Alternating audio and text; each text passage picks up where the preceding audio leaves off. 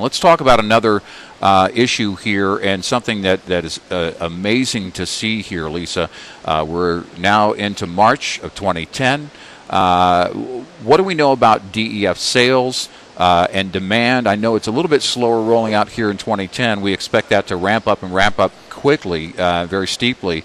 Why don't you quantify it? Maybe not quantify it here, but kind of give us an overall picture as to what the demand is going, how it's going, and how the infrastructure, which I think is amazing, has really come to be over the last year, just over a year, that they've put it together.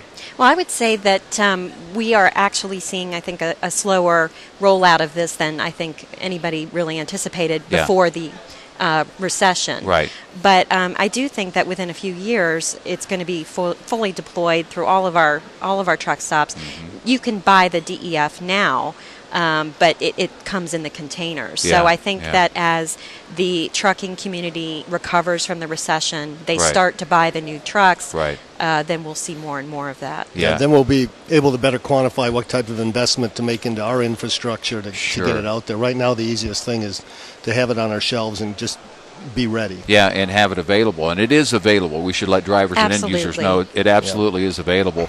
Aside from the commercialization issue here, what do you see as some of the biggest issues and challenges here, Lisa, going forward through 2010? Well, I think that, the trucking industry has been hit really, really hard. Yeah.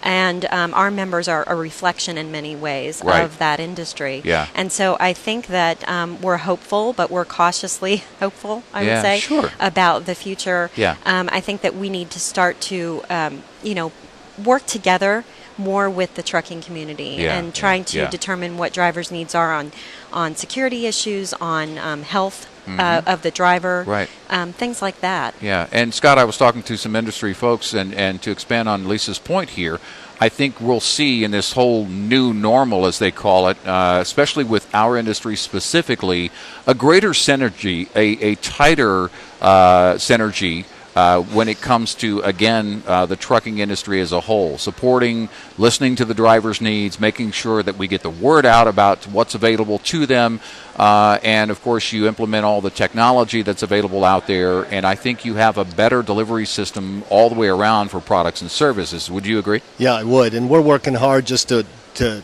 continue our alliances with the ATA and TCA here at the show, as well as try to dialogue with the drivers, our professional drivers that are at the stops, to figure out what opportunities there are and to try to coalesce into some, a little bit stronger front to fight the stuff that just keeps popping up like crazy. Yeah.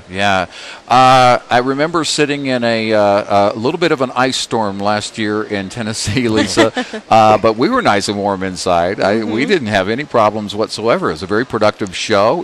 It always is. Let's talk about 2010, NATSO. What do you think the members are going to take away here from this show this year? I'm hearing a lot of positive. Give us the insight from your perspective. Well, I think people are starting to think about life after the recession, that it will go on, and what things to invest in next. There's been a lot of talk about technology at this show, and how to better manage your information about your customers so that you can give them what they want. Right. There's been a lot of talk, again, about healthy choices, how to offer the driver healthy menu choices. Right. Opportunities for exercise at the facilities, that kind of thing. And I would say that there's been a lot more discussion about collaboration with your suppliers, with your customers, to try to improve your business. Scott, talk to the end user. Let's talk to the driver. If you got a message, if you could send a message to that driver, to each one of them right now, about what NATSO does for them, and how you guys stay on top of the issues, what would that message be for the driver?